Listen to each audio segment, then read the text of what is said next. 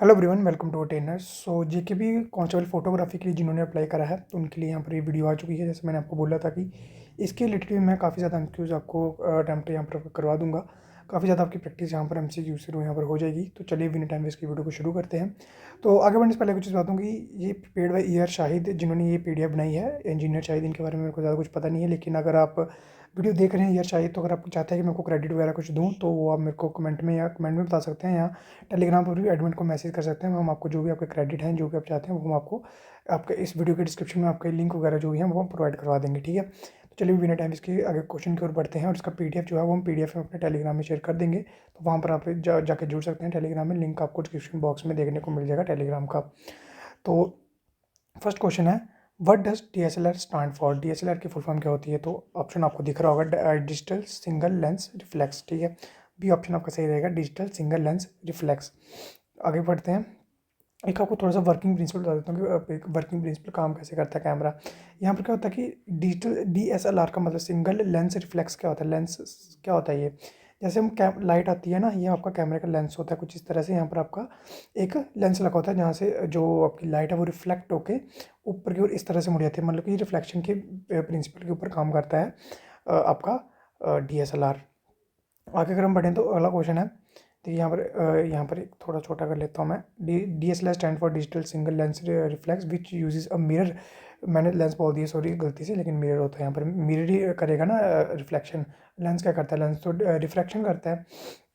Mechanism to direct light from the lens to the optical view finder. जो आपका view finder आगे लगा होता है वहाँ पर ये लाइट आपकी रिफ्लेक्ट होकर व्यू फाइंडर तक जाती है, फिर जाके जो है वो यहाँ पर जो फोटो ले रहा होता है उसकी, वो यहाँ पर देख सकता है इस फोटो को। इस तरह से ये काम करता है। आगे बढ़े। Which part of the camera controls the amount of light entering through the lens? तो इसका आंसर होगा अपर्चर। बी ऑप्शन बिल्कुल यहाँ पर सही हो जाएगा। अपर्चर यहाँ पर क्या होता है, जो कि आपकी कैमरा की जो ओपनिंग होती है ना, उसको डिसाइड करता है कि आपका कैमरा कितना ओपन रहेगा।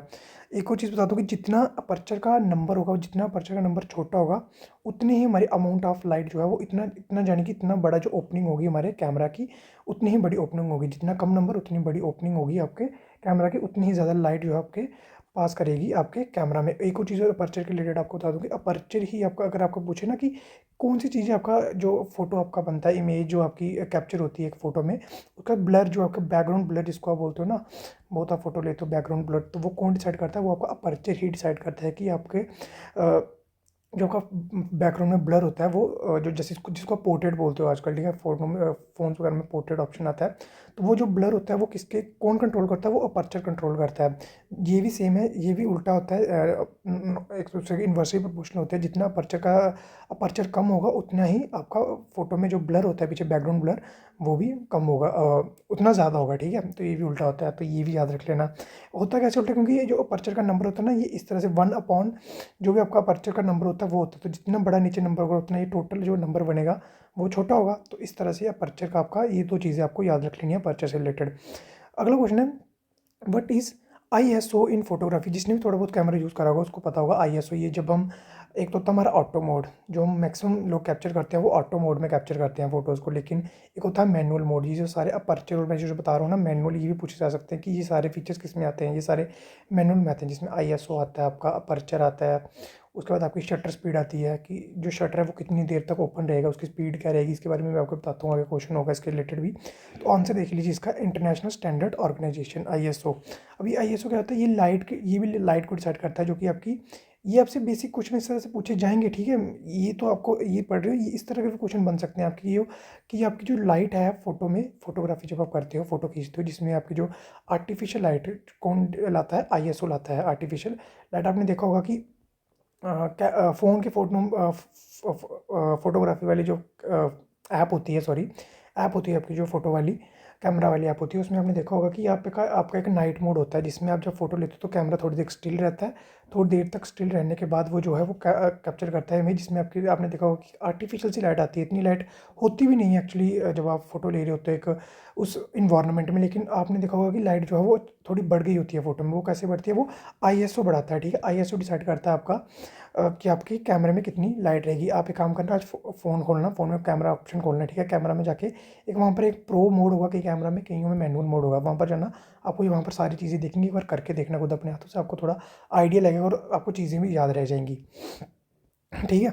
और मैं एक और चीज़ बता दूँ, ये जो ISO होता है ना, जितना इसका बड़ा नंबर होगा ना, ISO 200 300 400, जितना बड़ा नंबर होगा उतनी ज़्यादा लाइट आपकी फ़ोटो में होती है। लेकिन इससे क्या होता है कि लाइट आने की वजह से नॉइज़ भी आपकी ज़्यादा हो जाती है फ़ोटो में। ये भी याद रखना, नॉइज़ तो इसमें आपकी जो एवरेज जो होती है वो ISO 100 से 200 ही जो फोटोग्राफर होते हैं वो रखते हैं, ISO 100 से 200। What is the primary function of the camera shutter? देख लिया मैंने आपको बोला था कैमरा शटर का आएगा। कैमरा शटर क्या करता है? To control the light duration of the sensor की, ये डिसाइड करता है। जैसे आपका कैमरा शटर स्पीड सेकंड में होती है, जैसे 2 सेकंड 3 सेकंड, ये मैं ज़्यादा बोल रहा हूँ। आप जो फोटो लेते हो ना, मैं आपको बताऊँ आपकी कैमरा की स्पीड, शटर की स्पीड कितनी होती है? हाफ सेकंड्स, मतलब 1 सेकंड से भी कम तक आपका कैमरा की जो शटर होता है वो खुलता है और लाइट कैप्चर करता है। होता क्या है, जैसे यहाँ से लाइट आ रही होती है, कैमरा का ये शटर होता है, ये खुलता है, ठीक है, यहाँ से ये खुल गया, खुला, लाइट अंदर आई, फिर बंद हो गया। तो ये कई बार क्या होता है कि हम उसको ज़्यादा बढ़ा देते हैं कि ज़्यादा हमारी लाइट कैप्चर हो। फोटोग्राफी हमारी है ही पूरी किसके बेसिस के ऊपर है? लाइट के बेसिस के ऊपर है, कि जितनी आपकी लाइट कैप्चर होगी उतना ही आपका शटर स्पीड, और सॉरी, उतनी आपका अच्छा फोटो होता है। तो ये करता है कंट्रोल द लाइट ड्यूरेशन, ये डिसाइड करता है। अपर्चर तो ओपनिंग डिसाइड करता है ना लेंस की, ये करता है ड्यूरेशन डिसाइड करता है। क्योंकि हमारा कैमरा शटर कैसे चलता है? ओपन होता है, बंद होता है, ओपन होता है, क्लोज होता है, ओपन होता है, क्लोज होता है। तो ये स्पीड डिसाइड करता है। अगर हमें अच्छे फोटो लेने हो, यानी कि अंधेरे में अगर शॉट लेने हो, तो हम अपर्चर की स्पीड, सॉरी, कैमरा शटर की स्पीड को भी बढ़ा देते हैं। लेकिन आपको बढ़ाने के लिए उसके साथ क्या चाहिए होता है? एक मतलब आपका कैमरा स्टिल रहना चाहिए। अगर आपका कैमरा थोड़ा हिल जाएगा तो आपकी फ़ोटो ख़राब हो जाती है कैमरा शटर स्पीड में। इसलिए थोड़ा सा जो प्रो फोटोग्राफर होते हैं वो यूज़ करते हैं। अगर आप करोगे तो आप देखोगे कि आपके फ़ोटो में शेक आ जाएगा, नॉइस आ जाएगी, अच्छे से फ़ोटो आप नहीं ले पाओगे शटर स्पीड को ज़्यादा करने के बाद। उसके लिए आपको ट्राइपॉड चाहिए होता है, ये यूज़ करने के लिए ट्राइपॉड ही बेस्ट रहता है। ये क्वेश्चन आएंगे आपके, इस तरह से क्वेश्चन बन सकते हैं आपके। अगला है composition and techniques. What is a rule of third in photography? Rule of third आपने देखा होगा, ये भी आपका कंपोजिशन में होगा। आप एक बार कैमरा ओपन करके देखना, आज आपको सब क्लियर हो जाएगा। ये होता है रूल ऑफ थर्ड, जो आपकी लाइन लगी होती है, इसको बोलते हैं रूल ऑफ थर्ड वाली लाइन होती है। ठीक है, यहाँ पर क्या होता है कि ये तो चलो फोटोग्राफी से रिलेटेड बोल रहा हूँ मैं, यहाँ पर सब्जेक्ट होना चाहिए वहाँ पर, ये छोड़िए, इसके रिलेटेड नहीं है, ये देख लीजिए। What is the rule of third in photography होता है option B, placing the subject along imaginary grid lines dividing the frame into thirds. जैसा मैंने आपको बताया कि ये इमेजिनरी लाइंस होती हैं, ये भी आप जाओगे तो ये वाला ऑप्शन भी आपको कंपोजिशन का फोटोग्राफी में मिलता है, जिसमें इमेजिनरी जो लाइंस होती हैं वो डिसाइड करती हैं कि हमारा सब्जेक्ट कहाँ पर रहना चाहिए, हमारा जो बाकी बैकग्राउंड है वो कैसा होना चाहिए। ये हमारा रूल ऑफ थर्ड होता है। इसमें और भी कंपोजिशन की टेक्निक्स होती हैं। रूल ऑफ थर्ड हो गया, जिसको हम गोल्डन रूल भी बोलते हैं, गोल्डन रूल भी बोलते हैं इसको। ठीक है, the rule of third is a composition guideline that involves placing the key elements of photo along the imaginary lines, जो आपकी होती हैं ग्रिड लाइंस, जिसको हम बोलते हैं ग्रिड लाइंस भी उनको बोलते हैं, dividing the frame into thirds. अगला क्वेश्चन हमारे पास, what does bokeh refer to in a photography? बोला था मैंने, बुके किसको बोलते हैं? ब्लर, जो आपका बैकग्राउंड ब्लर होता है उसको ही हम बुके बोलते हैं। ऑप्शन नंबर एक यहाँ पर है, ब्लड बैकग्राउंड इफेक्ट को ही हम बुके बोलते हैं, जो कि आपका किससे कंट्रोल होता है? अपर्चर से। ये भी आपका पूछा जा सकता है। अगला क्वेश्चन है हमारा, lenses, what type of lenses is best for landscape photography? Landscape photography में हमें क्या चाहिए होता है? हमें लैंडस्केप फोटोग्राफी में वाइड शॉट चाहिए होते हैं, यानी कि आपका पूरा का पूरा जो एरिया है वो कवर होता है, वो दिखाया जाएगा, पहाड़ भी दिखे हमारे, जो पेड़ पौधे भी दिखे, जानवर भी दिखे, नदियाँ भी दिखे, वो हमारे होते हैं लैंडस्केप शॉट, जो कि हम इस तरह से लेते हैं। जो लैंडस्केप होता है ना, एक पोर्ट्रेट होता है, इस तरह से लैंडस्केप होता है, जिसमें आपकी जो विड्थ होती है ज़्यादा होती है लेकिन हाइट कम होती है, जो होता है लैंडस्केप शॉट, जिसमें हम आपको वाइड एंगल लेंस का यूज़ होता है, वाइड एंगल लेंस, जो कि आपके 15 mm हो गया, 15 mm हो गया, और 15 mm से 30 mm, जो 25 mm तक जो होते हैं वो हमारे वाइड एंगल लेंस आते हैं। जिसके उसके बाद ऊपर जो वाले जो आते हैं उनको हम बोलते हैं प्राइम लेंसेज। वो आगे आपका क्वेश्चन आएगा, वो हम देखेंगे। उसमें इसमें आते हैं वाइड एंगल लेंसेज, जो कि हमारा वाइड पूरा एरिया कवर करते हैं। जितना का साइज छोटा होगा उतना हमारा जो है वो 15 mm ही सबसे बेस्ट वाइड लेंस आज तक माना गया है। काफ़ी सारे जो फोटोग्राफर होते हैं वो 15 mm का लेंस ही यूज़ करते हैं, वाइड एंगल लेंस जिसको बोला जाता है। उनका ब्रॉडर फील्ड ऑफ व्यू होता है, making them ideal capturing landscape and expensive scenes. आगे आ गया हमारे पास, but as a macro lens specialising. Macro mode होता है सभी के कैमरे में आज तक, तो ये मतलब ये आपको कैमरे में एक बार देखोगे ना आपको बहुत कुछ क्लियर होगा। मैक्रो मोड होता है जो कि हमारा पास के ऑब्जेक्ट को, जैसे इंसेक्ट हो गए, कोई हमने बिल्कुल ही छोटे से छोटी चीज़ कैप्चर करनी है, बहुत डिटेल्ड जो होते हैं फोटोज़। जैसे आपने देखा होगा कि कईयों ने मॉस्किटोज़ की और मक्खियों की भी इतनी बढ़िया से फोटो ली होती है, शार्प फोटो बिल्कुल क्लोज आके, तो उसमें कौन सा लेंस काम आता है? आपका मैक्रो लेंस काम आता है, जो कि आपका क्या करता है? Zooming in on distance object. Distance object zoom in कैसे करेंगे? डिस्टेंस ऑब्जेक्ट हमारे दूर के हो गए, उसमें तो जूम लेंस काम आते हैं। लो लाइट फोटोग्राफी में क्या क्या बनता है? आईसो काम आता है, अपर्चर काम आता है, और हमारा शटर स्पीड का यूज़ होता है, shutter speed. General purpose shooting नहीं, इसका होता है हमारा ऑप्शन में बी, कैप्चरिंग एक्सट्रीम क्लोजअप, जो आपके बिल्कुल क्लोज शॉट होते हैं उसमें आपके मैक्रो लेंस काम आते हैं। अगला क्या हमारा लाइटनिंग से related, what is the purpose of diffuser in photography. Diffuser काम करते हैं, लाइट को डिफ्यूज करता है। तो ऑप्शन नंबर बी होगा, टू रिड्यूस हार्श शेडोज। एक चीज़ आपने देखी होगी, हार्श शेडोज कैसे होती हैं, आप जिसको हम बोलते हैं ना कि दोपहर में फोटो अगर आप लोगे तो आपको देखा होगा कि फोटो अच्छी नहीं आती, उसके हार्श शेडोज आती हैं धूप की, क्योंकि हमारा उस टाइम सन बिल्कुल आपके सर के ऊपर होता है, जिससे आपकी जो परछाई होती है वो आप ही के मुंह पर पड़ रही होती है, जिससे आपकी फोटो अच्छी नहीं आती। उसको ही हम बोलते हैं टू रिड्यूस हार, उनको ही हम हार्श शेडोज बोलते हैं। उसको रिड्यूस करने के लिए डिफ्यूजर काम आता है। डिफ्यूजर का होता है कि एक एक आप बोल सकते हो ऐसे शीट सी होती है वाइट कलर की, एक थर्माकोल की शीट मान के चल लो आप। थर्माकोल की वाइट सी शीट होती है जो कि आपकी हमारी जो आपके ऊपर फेस के ऊपर लाइट पड़ रही होती है ना, उसको रिफ्लेक्ट कर देती है, जिससे आपकी फोटो थोड़ी सी अच्छी आती है हार्श शेडोज़ में भी। इसलिए हम बोलते हैं कि गोल्डन गोल्डन टाइम होता है आपका फोटोग्राफी का कौन सा, या तो सुबह और या तो शाम को, जो कि 5 बजे के बाद जब दिन ढल रहा होता है, थोड़ा मतलब ढला भी नहीं होता, थोड़ा थोड़ा ढल रहा होता है, उसको हम बोलते हैं golden time of photography. Golden time of photography, शाम का टाइम, डस्क का टाइम जिसको बोलते हो, या सुबह का टाइम मॉर्निंग का। तो ये भी याद रख लेना, ये भी पूछा जा सकता है। अगला क्वेश्चन है, which direction of light is often use for creating dramatic effect. कौन सी डायरेक्शन ऑफ लाइट को क्रिएटिंग ड्रामेटिक इफेक्ट यूज़ करने के लिए करा जाता है। तो ये होती है हमारी साइड लाइटिंग। जैसे आपका ये फेस है, ये इंसान खड़ा है, ठीक है, तो आपकी जो साइड से लाइट आ रही होती है ना, तो उससे क्या होता है कि आपका पूरे फेस पे वाइट लाइट नहीं होती है, आपके साइड से एक साइड आपने देखा होगा थोड़ी सी ज़्यादा ब्राइट दिख रही होती है, और एक आपकी साइड जो होती है आपकी वो थोड़ी सी हल्की सी डार्कर दिख रही होती है, जिससे आपका एक ड्रामेटिक इफेक्ट क्रिएट होता है साइड लाइटिंग से। फ्रंट लाइटिंग, अगर आप फ्रंट आपको यहाँ से फ्रंट की से और लाइट सीधा मुंह पे ऊपर डालोगे तो क्या होगा, पूरा पूरा आपका जो फेस है वो वाइट हो जाएगा, जिससे फोटो अच्छा नहीं आएगा, जहाँ वीडियो अच्छी नहीं आएगी। बैक लाइटिंग से होगा, अगर आपने देखा होगा कि आप पीछे आपकी लाइट हो कहीं भी पीछे सूरज हो, ठीक है, तो आप आगे खड़े हो उसके, तो यहाँ से अगर कोई शॉट ले रहा है तो बिल्कुल फोटो ख़राब होती है। ये आपने खुद भी एक्सपीरियंस करा होगा, सब फोटो लेते हैं आजकल।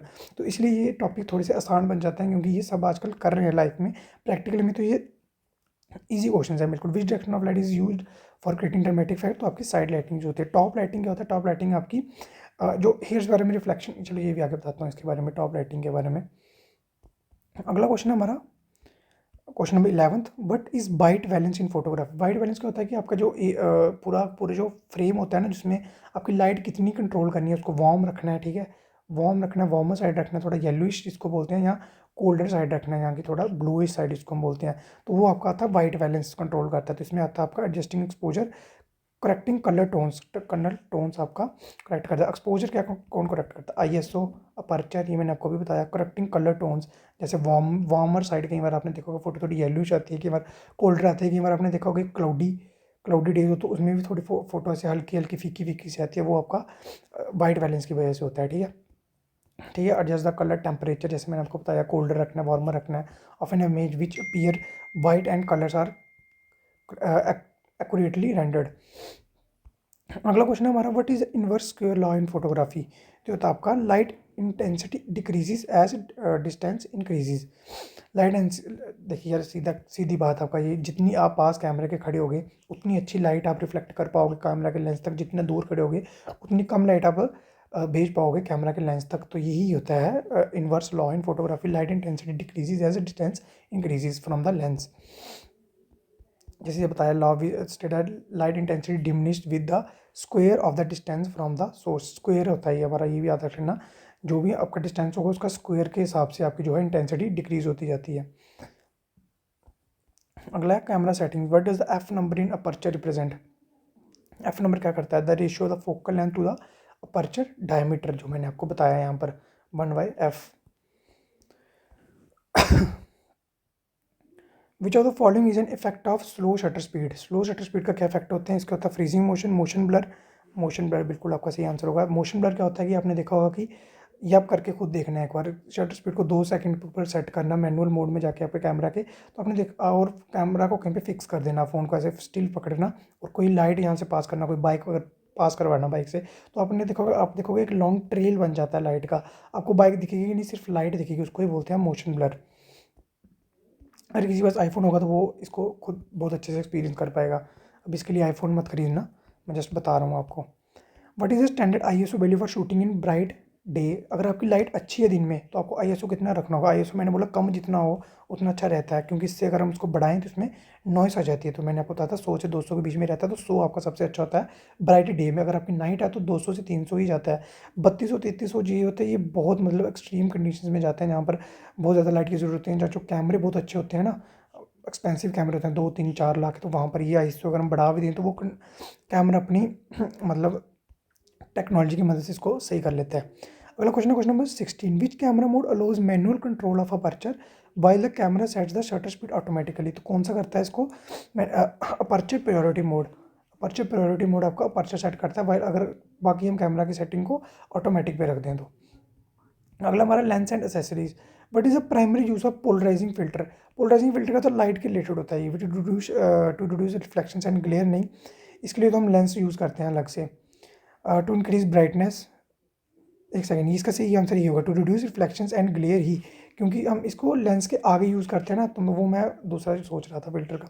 तो ये जो हम आपका लेंस होता है ना, आपके इस तरह से निकला होता है कैमरे के आगे, ये पीछे कैमरा होता है उसके, ठीक है, ये ऊपर शटर स्पीड होती है, शटर होता है का दबाने वाला बटन, तो इसके आगे हम फिल्टर को लगाते हैं इस तरह से। क्या होता है आपके रिफ्लेक्शन जो आपकी आ रही होती है ना, कई बार क्या होता है कि लाइट आती है वो रिफ्लेक्ट हो जाती है यहाँ से, तो जिसकी वजह से जो कैमरा के ऊपर आपने देखा होगा, अगर हम लाइट में कहीं फ़ोटो लें तो वो ऐसे अलग से ही एक रेज वगैरह दिख रही होती हैं फ़ोटो में, तो वो उसको कंट्रोल करता है। ग्लेयर वगैरह को आपने देखा होगा कि कोई पत्ते वगैरह हों उसमें पेड़ में, तो उसके साइड साइड पे भी एक लाइट सी ब्लूइश सी लाइट आपको दिखेगी, जूम करके देखोगे तो वही इसको ग्लेयर बोलते हैं। तो पोलराइजिंग फिल्टर के ये होते हैं, ये हमारे लेंस के आगे लगते हैं पोलराइजिंग फिल्टर्स, ठीक है। तो ये करते हैं रिफ्लेक्शन और ग्लेयर को कंट्रोल करते हैं। अगला आ गया, which type of lens would you use for wild life photography. मैंने अभी आपको बताया जो मैक्रो के लिए कौन से करेंगे, मैक्रो लेंस। लैंडस्केप के लिए हम करेंगे वाइड एंगल, और इसके लिए हम करते हैं टेलीफोटो लेंस, ठीक है, जो कि जिनका जूम बहुत ज़्यादा होता है, ठीक है। इसमें 15 mm, इसमें आपके 100 mm, इससे ऊपर के आपका जो जूम है वो कंट्रोल होता है टेलीफोटो लेंसेज से।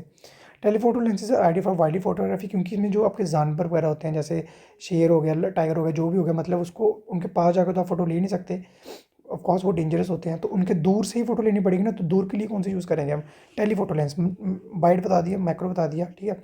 फिश आई लेंस क्या होता है, फिश आई लेंस भी एक वाइड एंगल की ही टाइप होती है, जिसमें क्या होता है कि मतलब वाइड एंगल से भी ज़्यादा एरिया कवर हो जाता है फिश आई लेंस से। आपने देखा होगा, हमको एग्जांपल दो तो कैमरा 360 करके आता है, कैमरा 360, और एक आ गया उसके बाद आता है इंस्टा 360 करके कैमरा होता है, जो कि आपका ऐसे पूरा सा गोल सा फोटो ले लेते हैं, वो आपके फिश आई लेंस उसमें यूज़ हुआ होता है, ठीक है। और एक और छोटा सा, मेरे को नाम याद नहीं आ रहा क्या बोलते हैं उसको, आजकल वो चल रहे हैं जो बाइकर वगैरह नहीं यूज़ करते अपनी हेलमेट लगा के। अगर किसी को नाम याद है तो प्लीज़ कमेंट में बताना, मेरे को भी नाम याद नहीं आ रहा, उसका कमेंट में बताना। जो बाइकर जो राइडर्स वगैरह होते हैं आजकल, जो आपने देखा होगा यूट्यूब चैनल्स पे बाइक वगैरह के वीडियो डालते हैं, वो हेलमेट के आगे लगाया होता है एक छोटा सा, मेरे को नाम याद नहीं आ रहा अभी उसका, तो प्लीज़ उसको कमेंट में बता देना, वो इसमें आते हैं, फिश आई लेंस उसमें यूज़ हुआ होता है।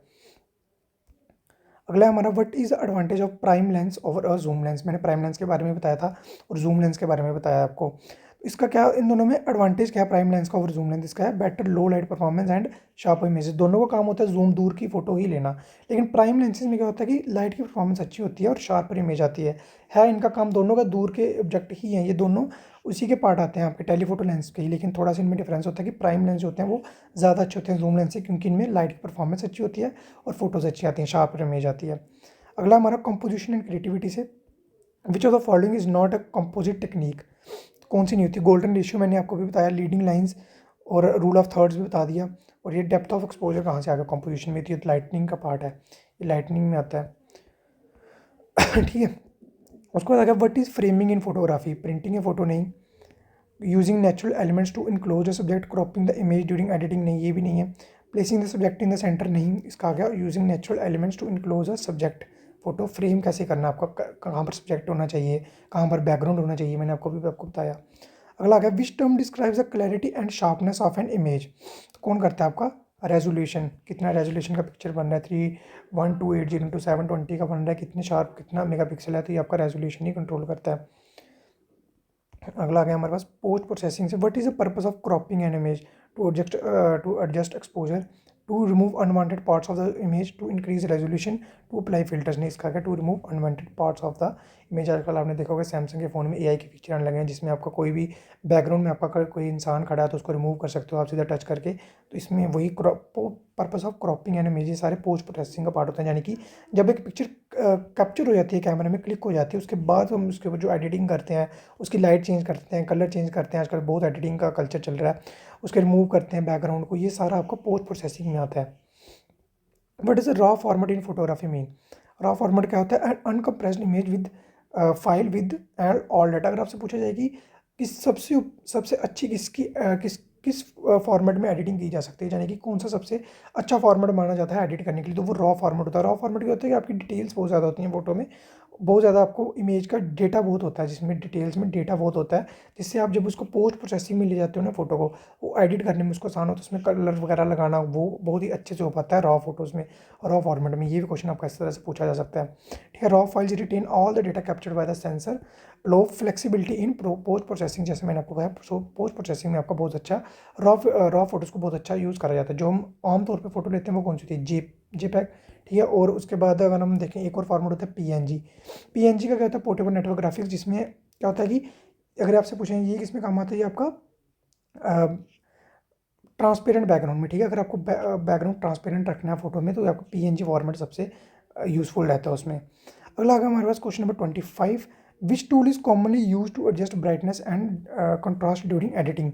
क्रॉप टूल नहीं, लेवल्स और कर्व एडजस्टमेंट ये हो सकता है ब्राइटनेस में, ठीक है। अगले देख लेते हैं क्लोन टूल, लिक्विफाई टूल, तो इसका ऑप्शन में बी ही रहेगा, क्योंकि इसमें ये कर्व्स वगैरह होता है इस तरह से। आपने देखा होगा नीचे यहाँ पर शेडोज होती हैं, ऊपर हाईलाइट्स होती हैं, इसमें मिड्स बोलते हैं इसको, मिड टोन्स। तो ये आपका क्या करते हैं, कर्व्स क्या करती हैं, एडजस्ट करती हैं लाइट को और कंट्रास्ट को, इमेज को, क्योंकि इसमें कर्व्स और हाईलाइट्स दोनों कंट्रोल कर जाते हैं। नीचे वाला पार्ट आपका शेडोज होता है, ऊपर वाला हाईलाइट्स होता है, और बीच वाला मिड्स होता है, दोनों का मिड टोन्स जिसको बोलते हैं। तो आज के लिए इतने ही रखते हैं क्वेश्चन नंबर 25, और वीडियो भी काफ़ी लंबी हो रही है, तो अगर आप चाहते हैं मैं इसकी अगली वीडियो लाऊं तो प्लीज़ कमेंट में बता दीजिए। अगर आपको वीडियो थोड़ी बहुत भी अच्छी लगी हो तो लाइक करके अपने दोस्तों से शेयर कर दीजिए। बाकी इसका पीडीएफ आपको टेलीग्राम में हमारे देखने को मिल जाएगा। तो मैं आपको बता दूँ, पीडीएफ मैं डाल देता हूँ यार, थोड़ा सा वेट कर लीजिए करिए, क्योंकि वीडियो आने के बाद तुरंत बाद आप बोलना शुरू कर देते हो पीडीएफ। तो पीडीएफ में ऐसा तो नहीं है, मैंने आज तक कोई पीडीएफ डाला नहीं है, मैं सारे पीडीएफ डाल तो देता हूँ टेलीग्राम में। तो थोड़ा सा वेट कर लिया करो, थोड़ा सब्र रखा करो, सब पीडीएफ आपको आपके डाल दिए जाते हैं टाइम पे। तो चलिए मिलता हूँ नई वीडियो में, bye bye and take care.